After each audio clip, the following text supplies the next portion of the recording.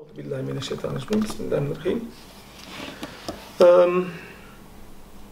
möchten wir gerne zum zweiten Teil weiterfahren. Wir haben die Zusammenfassung vom Koran ein bisschen angeschaut. Das war Surat al-Asr, wo wir gelernt haben, um was es im ganzen Koran so geht. Und jetzt möchten wir einen Schritt weitergehen und mal anschauen, was ist gut, was ist ein guter Mensch, wie tut der Koran einen guten Mensch definieren. Und das, denke ich, ist enorm wichtig, weil ich glaube, alle Menschen ein anderes Bild von dem haben. Und viele denken, ich bin gut, also muss ich dann gewisse Sachen nicht machen. Oder wenn ich gewisse Sachen mache, dann bin ich schon gut. Und jeder das selber definieren. Und ich glaube, das ist eine der Gefahren von der heutigen Zeit oder von der Menschheit im Generellen. Und wenn wir etwas wissen wollen, wie es richtig ist, dann müssen wir immer wo nachschauen im Koran. Und tatsächlich gibt es eine Ayah, wo das ziemlich genau definiert. Und das ist Ayah Nummer 177 in der Surat al-Baqarah. Aber bevor ich jetzt die Ayah vorlese, möchte ich zuerst ein bisschen über Surat al-Baqarah reden. Und zwar einfach, dass man nachher die Ayah vielleicht auch ein bisschen besser versteht. Wir haben vor 3 Wochen mal gesagt, also jede Sura ist im Prinzip so ein Themenbereich, wo ein bisschen verschiedene Sachen behandelt, aber wo im Ganzen, wo man kann sagen, das ist eine Diskussion, da wird das irgendetwas abgehandelt. Und bei der Surat al-Baqarah, wo ja die längste Diskussion ist, oder die längste Sura mit 286 Ayat, werden 3 Typen von Menschen näher beschrieben. Und zwar gerade am Anfang von der Surat al-Baqarah macht Allah das ganz kurz. Also auf der ersten Seite, also in den ersten 5 Ayat wird beschrieben, was für 3 Menschentypen es gibt, die da wären. Erstens der Mu'min, der Kafir und der Munafik. Also Mu'min, Mushrik und Munafik werden in den ersten 5 Ayat beschrieben. Und beim Mu'min ist er sehr kurz. Weil Mu'min ist eigentlich klar. Mu'min ist der, der Allah Ta'ala akzeptiert, anerkennt, Iman hat an Allah, davon überzeugt ist, dass er erschaffen worden ist, dass es einen Erschaffer gibt. Der Mushrik ist genau gleich klar. Das ist einfach der das Ganze verneint, verleugnet. Aber der Munafik ist ein bisschen komplizierter, weil der tut so, als ob er Iman hat aber keinen. Und das Problem mit dem ist, man erkennt es direkt nicht. Ja. Hat er das Gefühl, was der Munafik Zu dem kommen wir jetzt gerade. Es gibt 2 Arten von Munafik. Also wenn man es ganz simpel halten will, gibt es 2 Arten von Munafik. Und zwar genau so, wie du es gefragt hast. Der sich bewusst ist, dass er ein Munafik ist, das ist der im Prinzip ein Spion ist.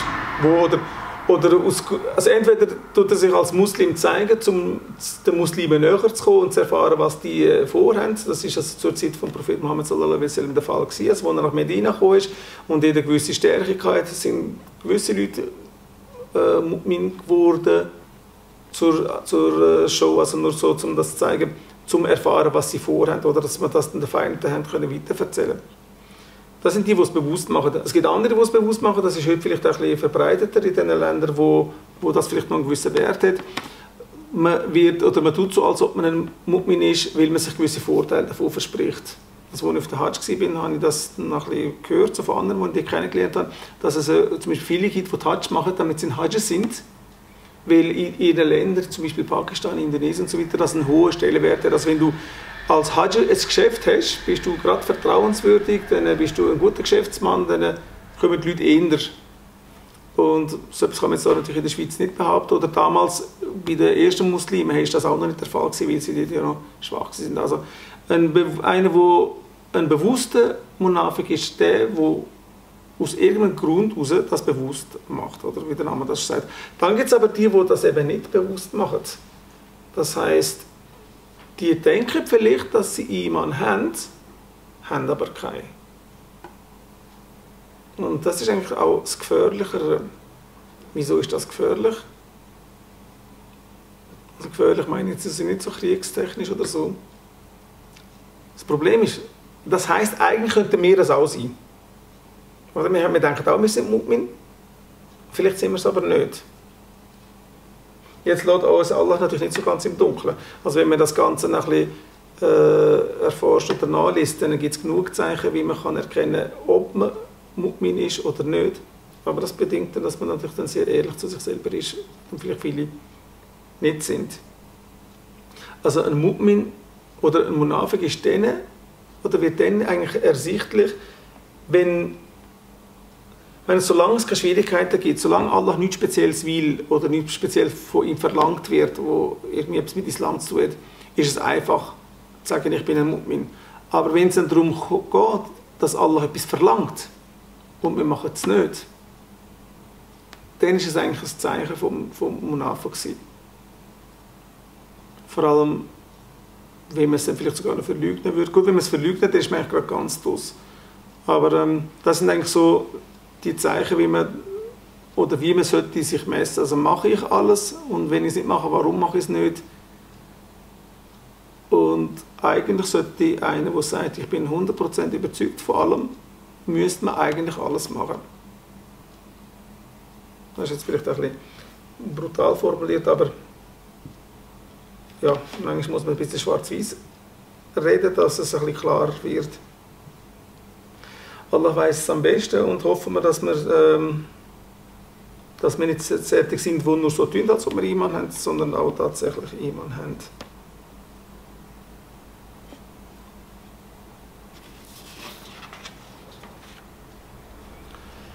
Seit wann gibt es Heuchler?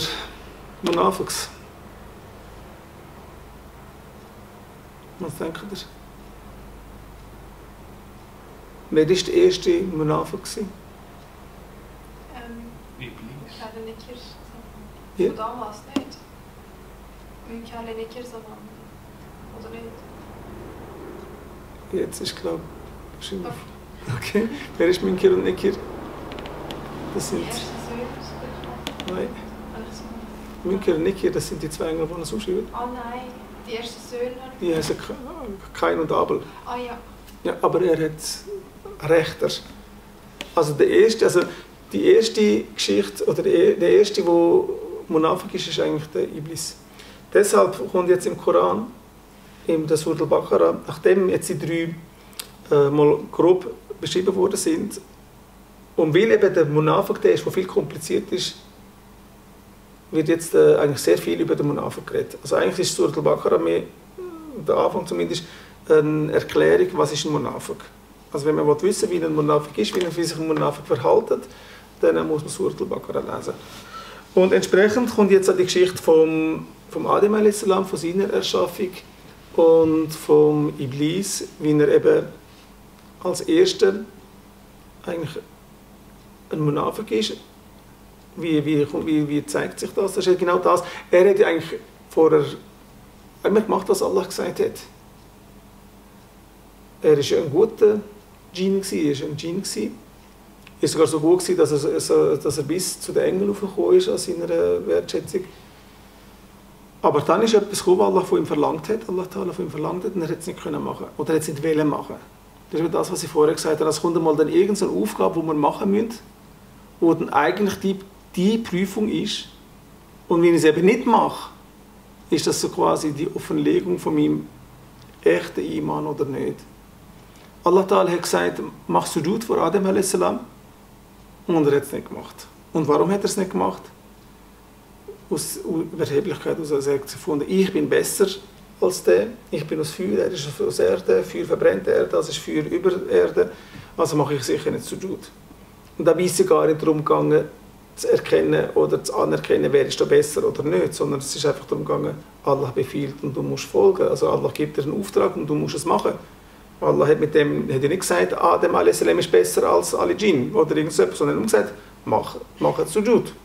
Und er hat es nicht gemacht. Dadurch, dass er den Sujud nicht gemacht hat, ist er das erste Mal ist sein Munafik eigentlich rausgekommen, zu Vorschein gekommen.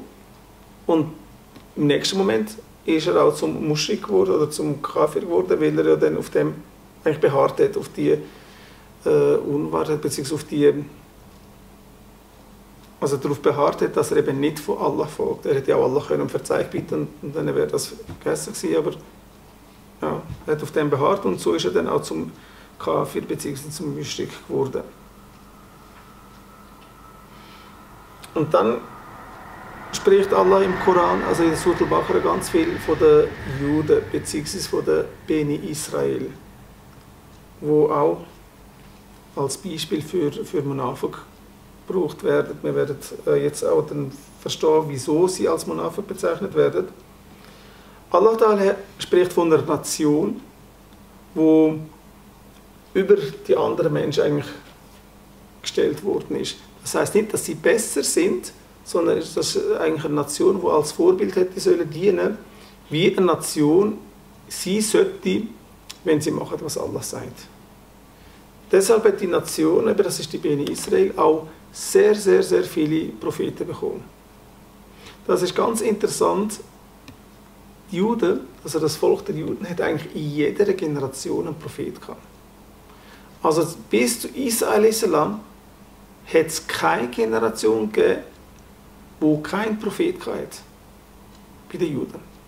Wenn wir jetzt mal die Muslime anschauen, das auch ist, dann haben wir den Prophet Muhammad sallallahu alaihi wasallam und seither eigentlich keinen. Aber die Juden haben in jeder Generation, also jeder lebende Jude, hat einen Prophet in seiner Zeit. Das war eigentlich ein grosses Geschenk, aber natürlich gleichzeitig auch eine Prüfung. Wenn wir von Beni Israel reden, eine Geschichte, das habe ich schon x-mal erzählt, aber repetieren wir kurz, wer ist Beni Israel? Also wer ist Israel? Was heißt Beni? Also Beni, das ist eigentlich Ibn von, also Sohn von, oder Söhne von Israel. Wer ist denn Israel?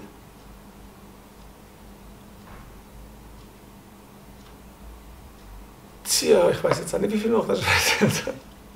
Wer ist Israel? Welcher Prophet ist? Nein. Welcher Prophet hat als zweiter Name den Namen Israel bekommen? Jakub a.s. Das ist wichtig. Wieso ist es wichtig? Sonst kann man das Ganze gar nicht. Sonst kann man eigentlich wirklich die Weltgeschichte gar nicht verstehen, wenn man die Geschichte nicht kennt. Du hast recht, es fängt mit dem Ibrahim a.s. an.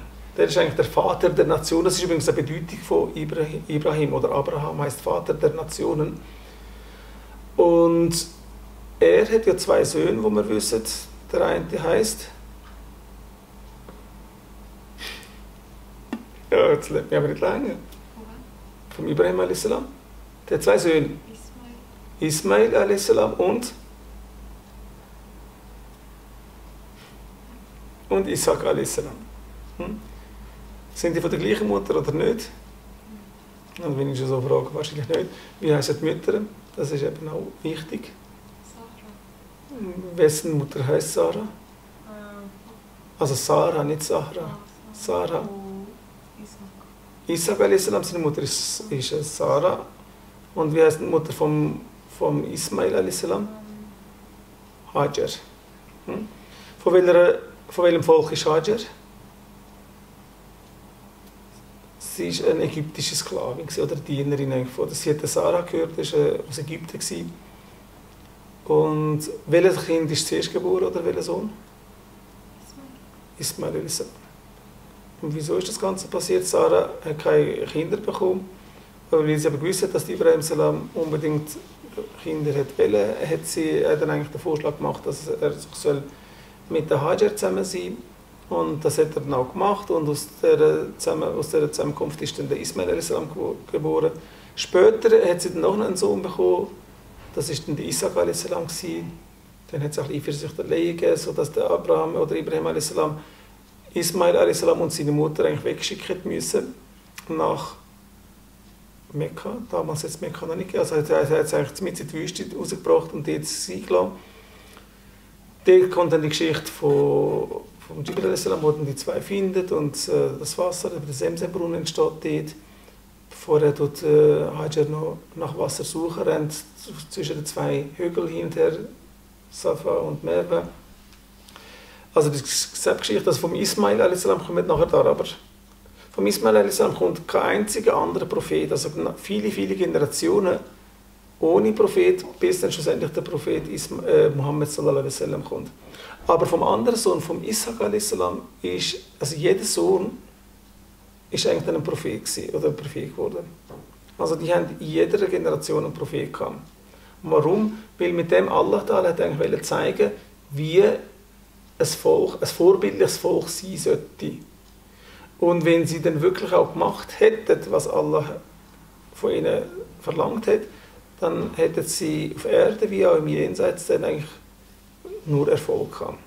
Also weltlicher wie auch spiritueller Erfolg. Und für eine ganz kurze Zeit haben sie das auch gehabt, nämlich zur Zeit von Daud a.s. Dort haben sie noch gefolgt. Und die Belohnung war auch, dass sie ein Königreich hatten und eigentlich dazu mal, man sagt, das war die ganze bekannte Welt, wo es halt bekannt war, wo sie beherrscht haben, also unter dem Königreich vom Daud a.s. und nachher sein Sohn, der Suleiman a.s. ist dann der zweite König. Also die zwei haben ein grosses Königreich gehabt, sind mächtig, also weltlich wie auch spirituell. Und nach dem Suleiman a.s. haben sie sich wieder verstritten. Dort sagt man, haben sie auch angefangen, die Tora zu verändern. Und dann ist auch der Reichtum gerade wieder weg, der weltliche sowie auch der andere. Die Babylonier sind gekommen und haben eigentlich das Königreich zerschlagen. Und die Juden sind dann eigentlich seither eigentlich immer wieder auf der Flucht gewesen und versuchen seither eigentlich immer wieder ihre Nation eigentlich, aufrecht oder wieder neu zu erbauen. Okay, wieso erzählen wir das? Weil wir ja das Thema Munafiq haben, also Heuchler. Die Juden haben also zwar schon Sachen gemacht, was Allah gesagt hat, aber eben nicht alles. Also gewisse Sachen haben sie nicht gemacht und gewisse Sachen haben sie vielleicht zu überbewertet und zu fest gemacht. Wir werden nachher noch ein bisschen mehr erkennen, was das alles war. Das Problem oder die Beziehung geht dann weiter bis eigentlich zum Propheten Muhammad sallallahu alaihi wasallam, und den haben die Juden ja nicht akzeptieren, obwohl sie eigentlich erkannt haben, dass er der Prophet ist.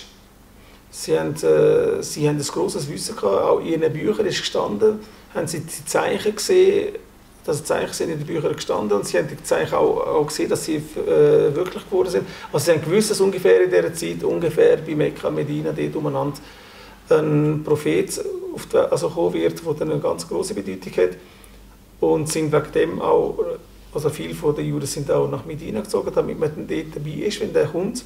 Und sie sind aber immer davon ausgegangen, dass es ein Jude sein wird, und weil der Prophet Mohammed eben ein Araber war, haben sie ihn nicht akzeptiert, weil er nicht von ihrer Linie war. Was aber eigentlich falsch war, weil er ist ja von ihrer Linie war. Weil der gemeinsame Vorfahr ist Ibrahim a.s.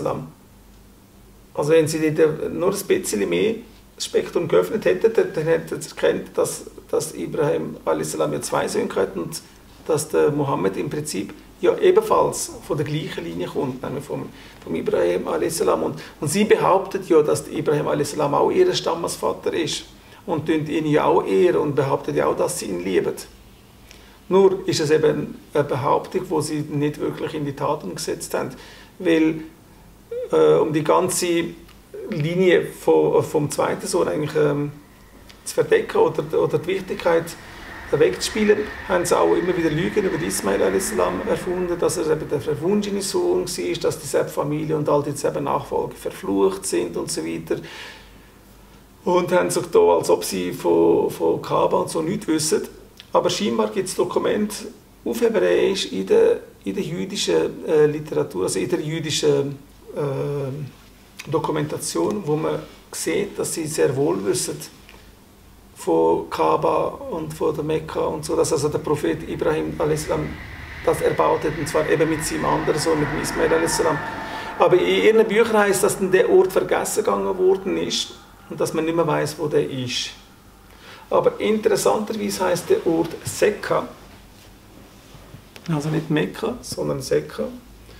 Das heisst dann in dieser Geschichte, dass dort auch so ein Brunnen entstanden ist, und um den Brunnen herum entsteht eine ganze Stadt, eben Sekka, dass es ein gebirgiges Gebiet ist, dass es dort zwei Hügel hat, und einer von diesen Hügeln heisst, das habe ich jetzt gerade nicht mehr im Kopf, Auf jeden Fall ähnlich wie Marwa. Aber sie haben auch das nicht ganz Marwa genannt, sondern einfach etwas Ähnliches. Also die Juden haben ja das gerne gemacht, dass sie Wörter ein bisschen verändern, mit dem Bedeutungen verändern oder eben gewisse Tatsachen zu verschleiern.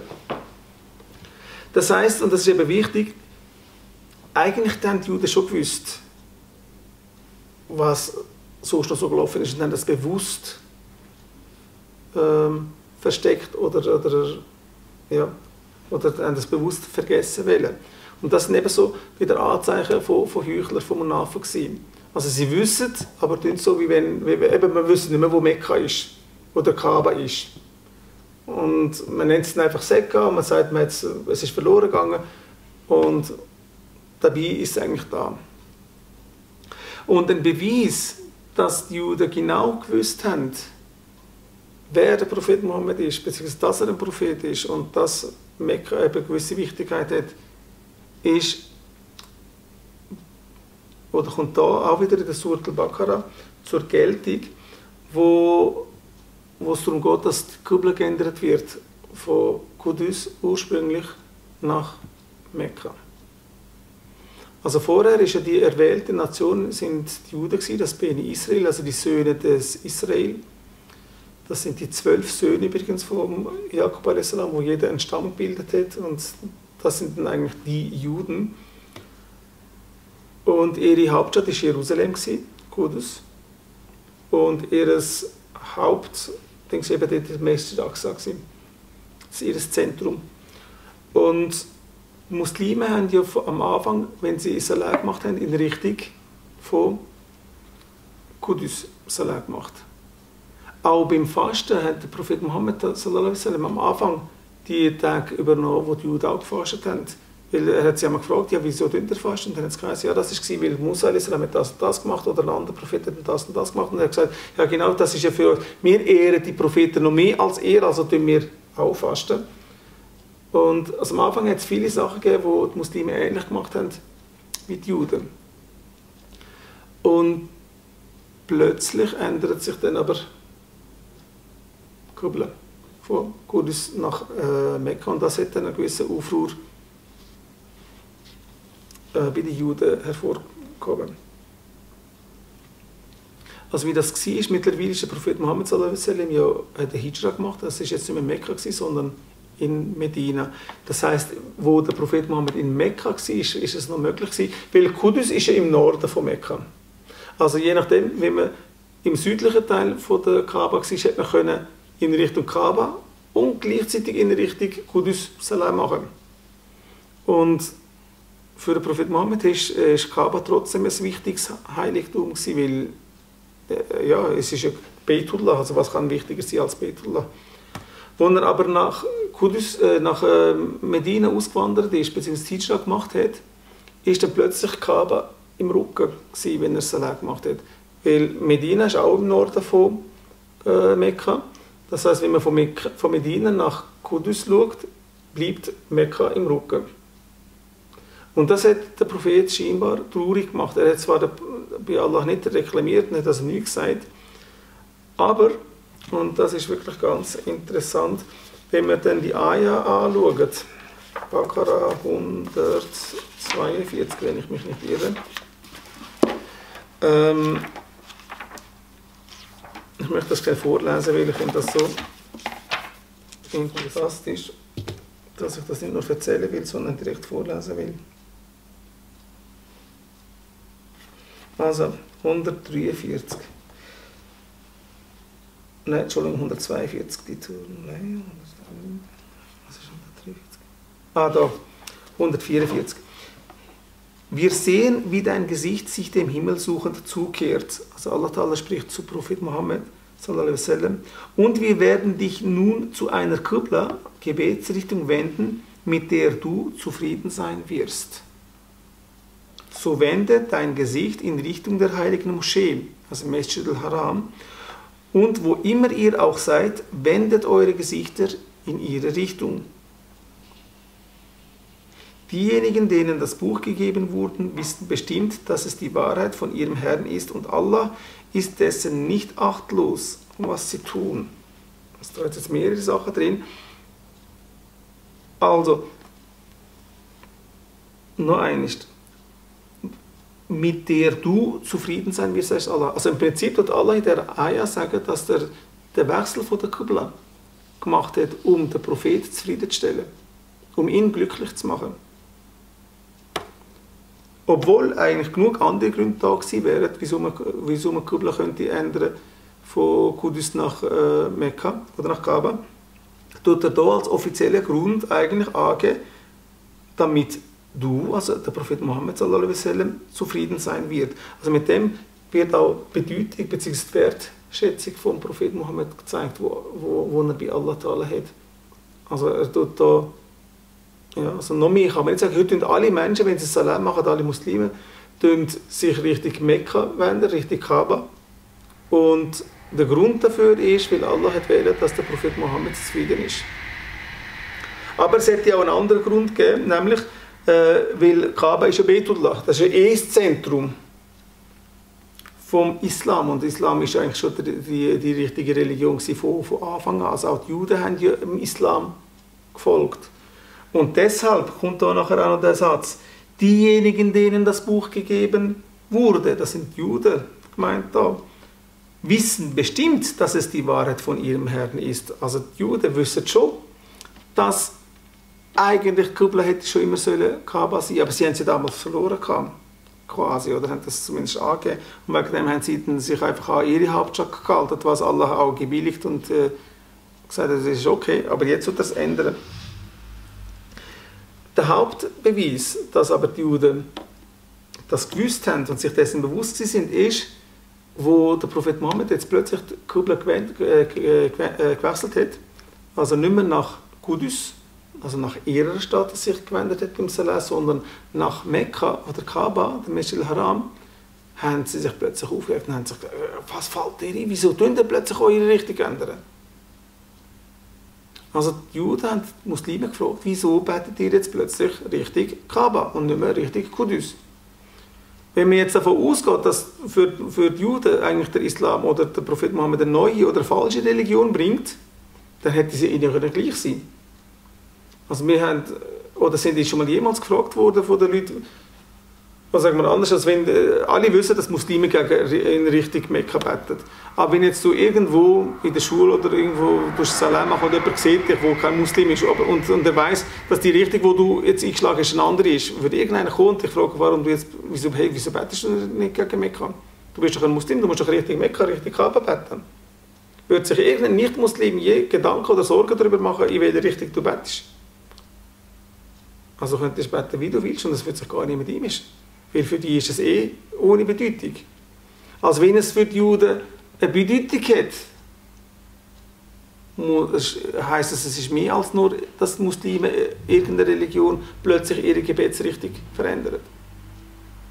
Und genau das ist es auch. Also den Juden ist es bewusst gewesen, dass dadurch, dass jetzt zum ersten Mal ein Prophet kommt, der nicht von der Linie vom Isaac a.s. oder vom Jakob a.s. war, dass das eigentlich das offizielle Ende war von ihrer Übermachtstellung. Das ist also jetzt sind nicht mehr die Juden die auserwählte Nation, die als Beispiel gebraucht werden oder wo über die anderen Nationen gestellt wird, sondern die Araber bzw. die Muslime.